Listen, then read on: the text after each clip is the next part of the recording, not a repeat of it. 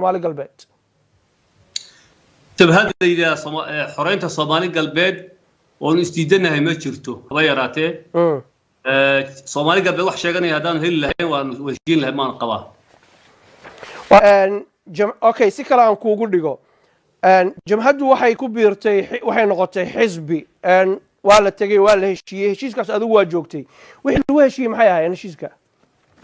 anagu jabhadda ya Soomaali galbeed maana la heshiin Cabdi Xafid get your facts right jabhadda la heshiiyey magaceeda ii sheeg kadib baan kaga jawaab waa gartay jamhadda iyo dawladda dhexe Itoobiya way wada hadleen ma jamhadda ONLF jabhadda ONLF marka spell out maxaan isbeel garaya jabhadda ii sheeg maxaa la yiraahdaa magaceeda waxay la tahay jamhaddaas in magaceeda laga dharagsan yahay inaan waqti ku lumiyo ma rabo waxa adigu ogtahay anaan ogahay jamhadda iyo dawladda dhexe way wada hadleen waxa la yiraahdo ha ahaatee wada hadalkiina waa la heshiiyey xisbi ayay noqdeen xisbigaas adiga ayuu kursigaaga damac kaga jira oo looltanin ka dhaxeeya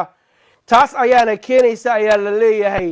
in aad hadallo aan u qalmin aad hawada u soo mariso saxaafadda aad ka tiraadid dhiig bay daadsheen iyo dhibaatay keeneen maxaa arrintaa ka jira jabhadda aad ka hadlaysaa waxa la yiraahdaa jabhadda Ogaden National Liberation Front jabhadda la yiraahdo WSLF waxay ahayd marxalad kamida marxaladihii halganka ee shacabkanagu soo maray arinteedu waxay dhamaatay horaantii 8meedii marka jabhadda hadda aan ka hadlayno si shacabka maadaama kulli ayna xogta wada haynin qaar badan oo sida aad adigu sheegtay fahmaya jira waxaan ka hadlayno laakiin shacab Soomaaliyeed oo balaaran baad dhageysanaya jabhadda hadda aad ka hadlaysaa waa jabhadda Ogaden National Liberation Front ONLF la yiraahdo waa sax weey jabhaddaas Soomaali galbeed lama yiraahdo waxyaalahan isku haysanay kamid tahay magaca inay bedelaan oo magaca Soomaaliyeed ay qaataan oo magaca qabiilka ay ka tagaan oo ay Soomaaliyeed oo dhan metelaan marka jabhaddaasi heshiis bay ku gashay Asmara saddex qodob ka koobnaa in barnaamijkeeda siyaasadeed ay ku maqnayd maadaama hadda fursad ay si nabadgelyo ah ku fulin karto wadanka ka bilowday inay yimaadaan oo xisbi siyaasi noqdaan ba koo ahaa laba wuxuu ahaa in la maareeyo ciidamadii duurka ka joogay intii ay ku jireen halganka hubeysan saddexna waxay ahayd in iyaga iyo xukuumaddu ay dhistaan guddi isku dhafa oo ka shaqeeya qaabkii siyaasadda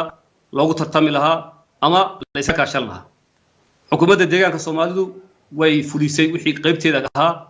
500 milyan lacag ka badan baan ku bixinay soo dhaweyntoodii soo dejintoodii maareyntii ciidankooda marxaladii dejinta iyo soo dhaweyntu way dhamaatay marxaladii tartanka siyaasadda noo bilowday waxyaalaha la isweydaarsanaya hadalkan wuxuu ka mid yahay uun qaybta tartanka oo iyana ay xukuumadda ku dhaliilaan annana iyaga aan ku dhaliilo hadal xanaaf la iyo xanaaf dhibaato toona ma jiro cid walba barnaamijkeedii iyo fikirkeedii iibinaysa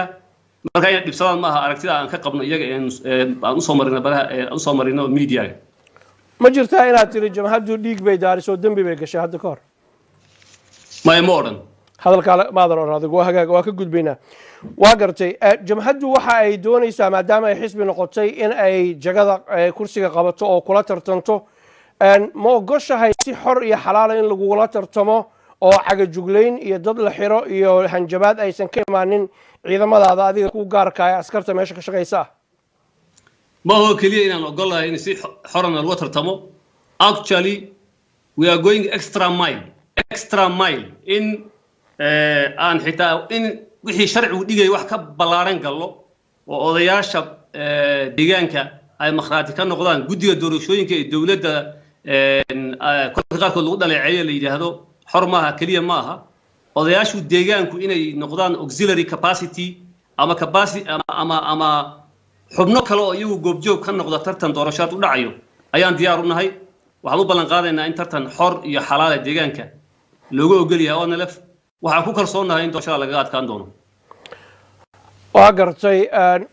waqtigeeda iyo maalinteeda ay leedahay dabcan inaan ka hor dhacno doonimayno waa ra'yigaaga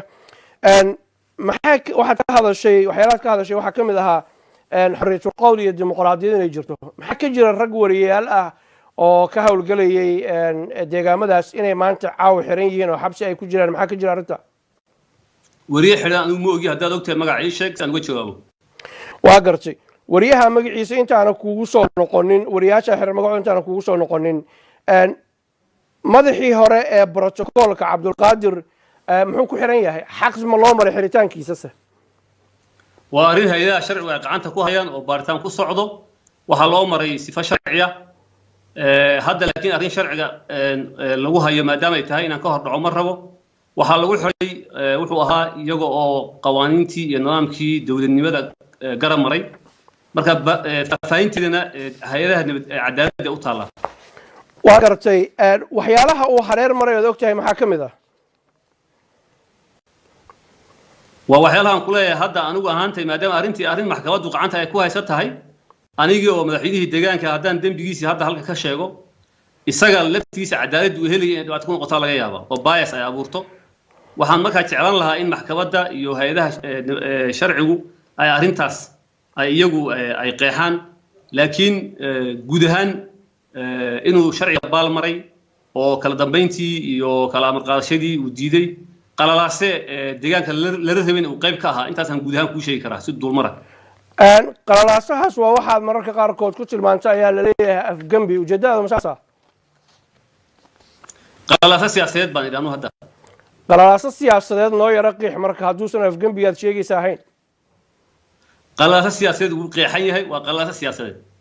qalalaaso siyaasadeed wuxuu noqon karaa baarlamaanka oo la hor istaago oo geli waaye shaqadooda qabsan waaye wuxuu noqon karaa qof siyaasi oo la xiro wuxuu noqon karaa dad mudaharaadyo sameeya wuxuu noqon karaa dad rabshado geysta nooca uu yahay noo qiix adigu intaaba iyo waxyaalo dheeraad buu noqon karaa waa saas sheegtay laakiin aan waxaan ku daynayaa qalalaasa siyaasadeed hadda wagaag wariyayaasha xiran waxaa ka mid ah mahdi xasan nin la yidhaahdo gafdiid khadar colaad maxaa ka jira xogtaan hayo khadar colaad oo aniga ahaan jiray advisorkayga ahaa ma xidhna banaanku joogaa lamana xidhin totally waa been gafdiid yarka la yidhaah oo golaha dhexe ONLF wariye ma aha waa siyaasi golaha dhexe ee jabhadda ONLF wuxuu ku dhawaaqay fal dembiyeed dil in lagula kaco madaxweynaha deegaanka aniga ah toddobaad weliba aniga walaalkii la tooriyey oo tuhun ah in dad iska ku dhowey ay tooriyeen ayuu arrintaa ku dhawaaqay waa la xidhay laakiin hadda waa la sii daayay mahdi xasan ma xidhna total ma xidhna